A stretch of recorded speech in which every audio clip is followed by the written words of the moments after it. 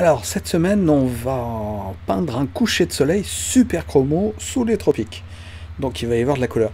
Euh, pour faire un coucher de soleil trop chromo, il faut que les chromos, les couleurs, elles soient au top de leur forme. Donc, à chaque fois, on va flirter avec trop de couleurs et trop de matière. C'est-à-dire qu'on va vivre dangereusement avec le risque à chaque fois de faire de la boue. Donc bien sûr, on va étudier ces couleurs, histoire de ne pas faire un ciel vert. Si vous travaillez avec peu de couleurs, vous les connaissez déjà, donc ça va vous faciliter la tâche. Et puis après, eh ben, on est parti. On va faire d'abord un petit jus léger, presque partout, avec de l'orange de cadmium. On va simplement éviter le soleil et son reflet dans l'eau. Et puis la partie de ciel qui va rester bleu clair. Sinon, elle va être verte. Et puis, avant que ça sèche, on va mettre de la couleur un peu moins légère, voire en gros pâté, bien épais. Et comme c'est mouillé en dessous, ça va se mélanger. Et si on travaille bien, et c'est tout le problème, ça va pas trop se mélanger, mais se mélanger un petit peu quand même. Donc des fois on peut faire des effets d'eau, on peut retravailler, mais si on retravaille, on remet plus de matière.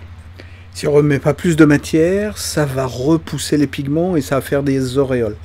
Et vous voyez que là je crée presque des auréoles, et sur ces auréoles, pour pas que ça fasse vraiment des auréoles, je remets de la matière. Alors pour la mer, on fait un petit peu plus sombre, un petit peu comme le ciel. Et puis on va chercher des tons qui vont commencer à être assez sombres, rien que pour mettre une échelle de valeur sur le paysage. Et vous voyez que du coup, ce qui était quand même un paysage un petit peu sombre, ça lui remet un petit coup de lumière. Alors, je vais aussi tenter de faire des petits bouts de nuages illuminés par le soleil, mais là, on marche sur des œufs, donc si vous ne le faites pas, franchement, je vous en voudrais pas. Et je le fais uniquement parce que l'orange de cadmium, il peut être parfaitement opaque. Et là, après, il faut attendre que ça sèche. Et en attendant que ça sèche, je vais vous parler des ateliers. Alors, le principe des ateliers aquarelles, c'est de pouvoir améliorer vos aquarelles avec des exercices variés et corrigés chaque semaine. Donc, c'est sur la durée que ça se fait. Et l'avantage, c'est de ne pas avoir à vous plier à des horaires fixes, parce que on ne peut pas tous se plier à des horaires fixes.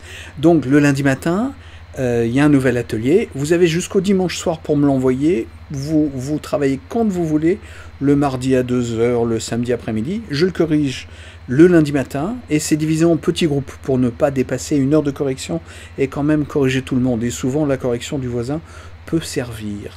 Le lien pour s'abonner et essayer est en description. Et donc là maintenant, vous avez toutes les cartes en main, c'est à vous de jouer.